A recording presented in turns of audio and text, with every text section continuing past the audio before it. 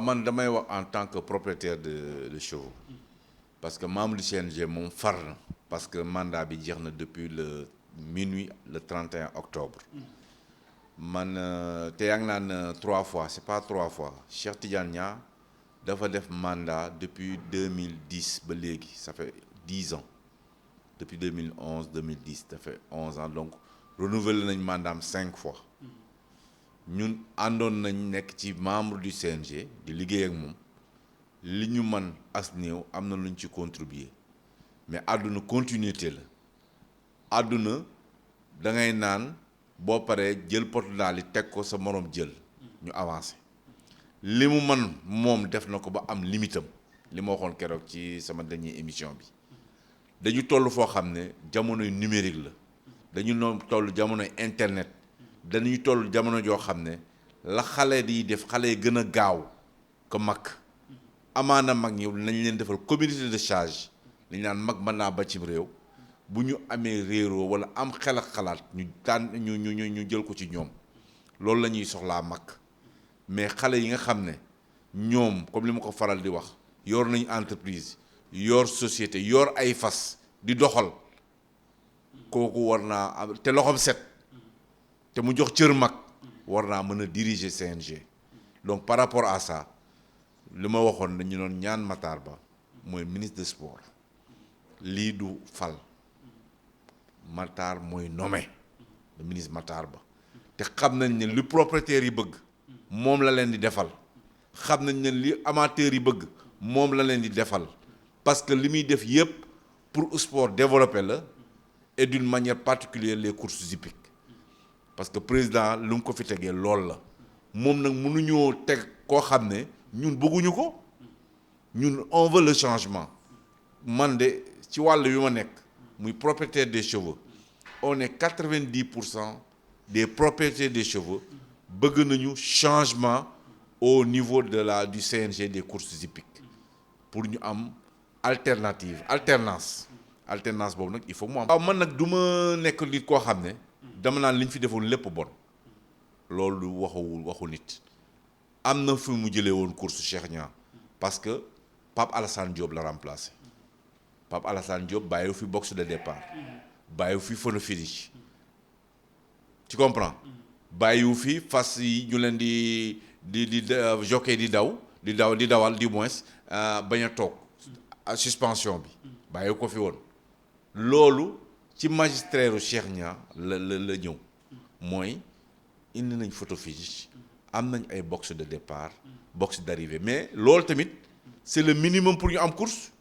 pour nga defar course pour course am il faut nga am boxe de départ boxe yi dañu ko may coopération lañ def ñu may ñu ko ma ne bravo baax na lu baax nag naan baax na li desee baax nag mooy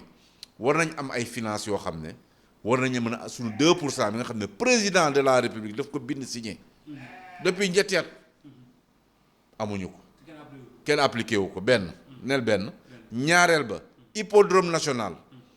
jox nañu 50 hectares ci Lac Rose pôle urbain de Diamniadio je salue au passage le directeur général Diène Farba Sarr qui nous a bien reçus am nañ 50 hectares Diamniadio war nañ fa def hippodrome national ñun am nañ ay démarches yu ñu def pour am ay partenaires yi nga xam ne mën nañ ci def ay milliards pour ñu am hippodrome boo xam ne mën nañ fa def 40 ba 50 milliards ñu am hippodrome national moderne dernière génération Lac Rose war nañ mën a def PMI ci sunu fasu Sénégal loolu lépp programme bees boo xam ne ñun incha allahu rabbi ak équipe bu bees bi nga xam ne bu ko Matar Ba nommé moom yooyu yëpp dañ koy doxal donc am nañ gis-gis ci fas fan la war a àgg war nañ def coupe d'Afrique CEDEAO course ñu ne Sénégal la koy organiser Burkina indi fas Mali indi fas Abidjan indi Côte d'Ivoire indi fas Nigéria indi fas foofu la ñu war a toll nga xam ne course yi dafa am benn niveau course business la ñuy wax bu boobaa entraîneur dana mën a am étage comme nit ñi jockey dernière génération wu oto yi dina ko mën a jënd faj bu mu gàcceem propriétaire gis ci boppam éleveur bi nga xam ne moo jaay fas mën na jaay fas 50 millions amateur kontaan business bi marché mbir mi dox fii la ñu war a àgg fi ñu war a àgg nag loolu xale moo koy doxal nañu waxante dëgg 10 ans moom limitam bi li mu mën a def na ko mais fii la mën a yem ñun nag am nañ ku ñu bëgg mu nekkal ñu président du CNG sañ nañ loolu ne ah Matar Ba de yaay tànn mais de ñun de bu ñu sañoon ñun propriétaires yi les 90% des propriétaires ils veulent que Omar Bao Junior nekk président du CNG parce que ci ñun la bokk te mi ngi ciy bay waaram lu fort ban du ma ne yàllaa ngi lay yónni te defoo dara course yi man damaa teewe nekk ci CNG gis muy bloqué muy débloqué waaw ku waxal yàlla pour ñu jot suñu xaalis grand prix chef de l'État mooy def démarche problème yi ñu am 80% des problèmes yi ñu am ak autorités yi moo koy lijjanti te soxlawul dërëmu CNG donc kooku boo ko jiitalee moom tamit mu am clairvoyance tànn ñu seen loxo set am xam-xam dëggu mën ko wax dëgg te duñ ko jay ñu mën a avancer course yi dem kanam ñun ñoo ne ko xam nga yaa maa leen doy ak yaa ñu doy ñun ñoo ne ko yaa ñu doy ñun propriétaire ñu ne ko yow Omar Bao yow la ñuy lay jiital pour nga nekk président du CNG loolu la ñuy ñaan Matar Ba ñun ñoo ne ko yaa ñu doy moom waxul ni damaa bëgg waaw man nag gis naa ne affaire bi xaw na doy waar yaa ngi ci fin de mandat bu njëkk ba avant mandat am di jeex la ministre di ko renouveler mandat am actuellement defe naa le 11 la course bi à Toulouse yàgg nañ ko def ñuy def journée Sénégal nag du journée CNG journée Sénégal c'est pour tout le Sénégal et le Sénégal est représenté par le ministre du sport Matar Ba mën na jiite délégation bi wala mën na tànn kenn ku jiite délégation bi mais actuellement ñun daal CNG ñun depuis 31 octobre démb ci 31 octobre sunu mandat jeex na mënatuñu wax au nom du CNG affaire courante boo déggee ñu naan la sa mbir jeex na waaye affaire courante yi da nga koy évacuer mooy mbir mi nga xam ne lu mënul ñàkk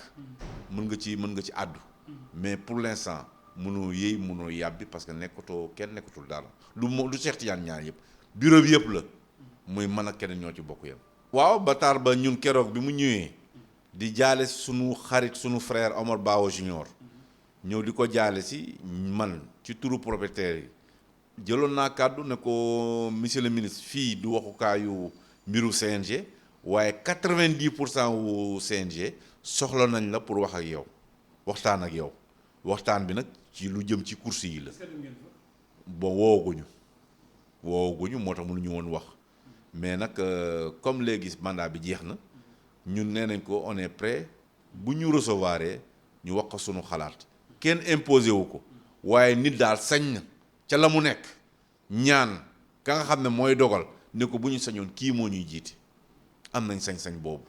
mais nag kenn imposé wu ko ñun du ñu imposé mais xam nañ ne Matar Ba li gën ci course yi dina ko def parce que xam na ne changement le 90% des propriétaires yi bëgg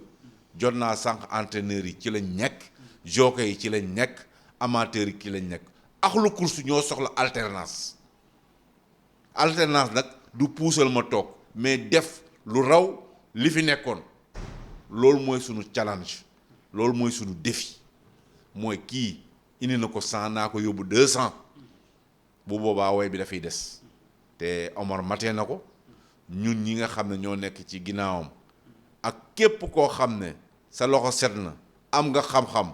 ñu ngi lay woo nga jàpp ci course yi mu jëm kanam. maa ngi tàggu ñëpp di remercier entraîneurs yi xam naa ak jockey yi ak parfumeurs yi yàkkamti nañ course ubbi parce que bi mu tëjee léegi boobu léegi dara amul xale yaa ngi war bi defe naa am ñoo xam ne am nañ 3 semaines léegi ñu commencé jaabal incha allah ak lu bees li nga xam ne incha allah njort nañ ne dina am mbir mi saison bu neex a neex la ñu am ren incha allahu rabbi saison bu neex incha allahu rabbi jërëjëf.